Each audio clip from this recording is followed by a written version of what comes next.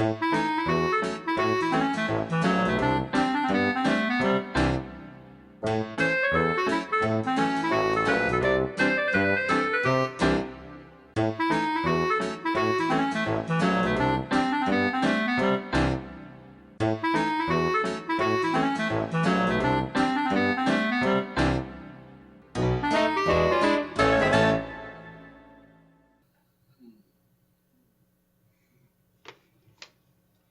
Will, you should have seen me out there today. Well, I struck out 8 batters in that game. All that time I spent working on my pitch sure has paid off. If you might spend a little time working on our pitch, it might pay off for both of us.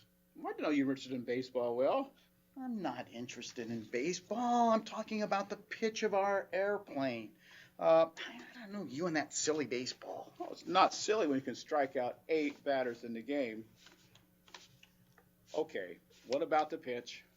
Okay, I'll tell you, I'm struggling with the pitch control on our airplane. Every time we take the plane out, the nose, up and down, up and down. It's really, really hard to control. When an airplane flies through the air, there's a tug-of-war going on between the forces of weight, lift, drag, and thrust. And that determines the translation of the airplane. But there's another important motion that's going on as well. In flight, an airplane is free to rotate. The wingtips can rotate up and down, the nose can rotate side to side, and the nose can rotate up and down. In normal, stable flight, we don't want any of those rotations. Back in 1900, we were trying to figure out how a wing generates lift by flying a large kite. We put the angle of attack slightly to the wind, and the kite lifted. Increasing the angle of attack increased the lift. However, we found out that a wing has a natural tendency to roll over and rotate in flight. Yeah, other people have seen that effect. And the solution to that was to connect another surface to the main wing to counterbalance that natural twisting action of the wing. The extra surface was called a stabilizer, and it generates an aerodynamic force, same way that the wing generates an aerodynamic force. When the plane's in flight, it gets disturbed a little bit and starts to go into that rotation, the stabilizing force will bring it right back, counterbalance it, and halt the rotation.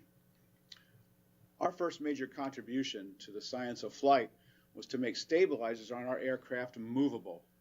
On our aircraft, the pilot can mechanically adjust the angle of the surface while in flight.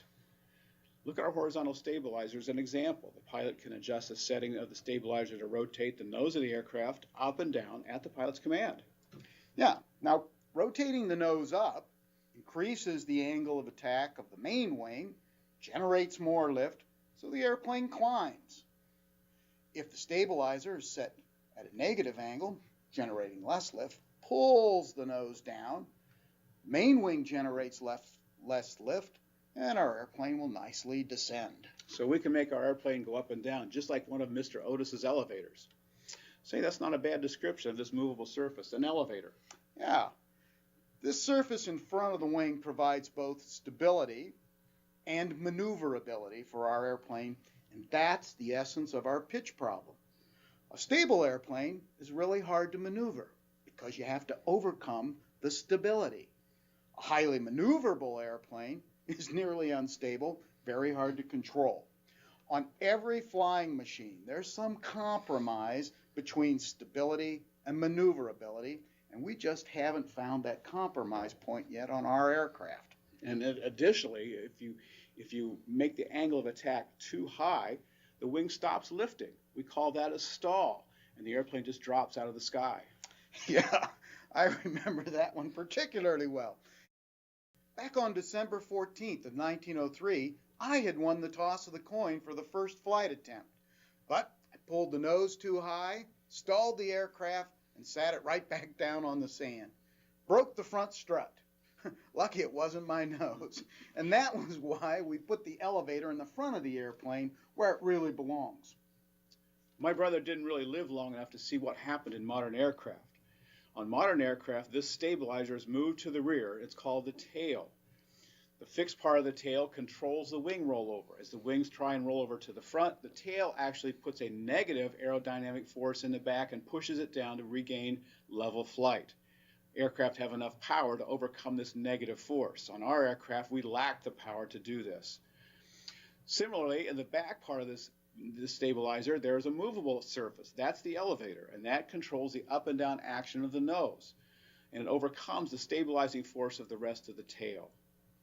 You know, another reason for putting that tail in the front was we got a little bit of extra lift on that. With our airplane underpowered, that extra lift really paid off. Sure did. Yeah. Well, why don't you go play baseball? I've got a lot of work to do here, okay? Well, you know, I was thinking about a similar problem with baseball, Will. Let me get my bat here. Okay, what you got? Look, when a batter chokes up, moves his hands towards the middle, he generates less force, but he has more control over his bat. But he can't hit the ball as far. Okay. If he moves his hands down to the end of the bat, that's where you generate the power. Oh, that's all real interesting, but what does that have to do with my pitch problem? Come on. Stay with me here. Stay with me here. What if, instead of being choked up, if you will, we move it out to the front of the aircraft, move our hands down to the end of the bat? Now we've got a longer distance. With a small movement of the controls, we can generate more force and get some fine control. Oh, I think you've got something. Yeah, just increase that distance, fine control. My gosh, why didn't I see that? You know, maybe there's something to this baseball after all. Well, I'll tell you why you didn't see it. You're spending too much time in the workshop focusing on the problem. Your mind isn't free to think. Come on, play a little baseball with me. Oh, okay. You need another pitcher? We can always use more pitching, you know. How did you grip that ball? Well, it's not a question of how you grip it.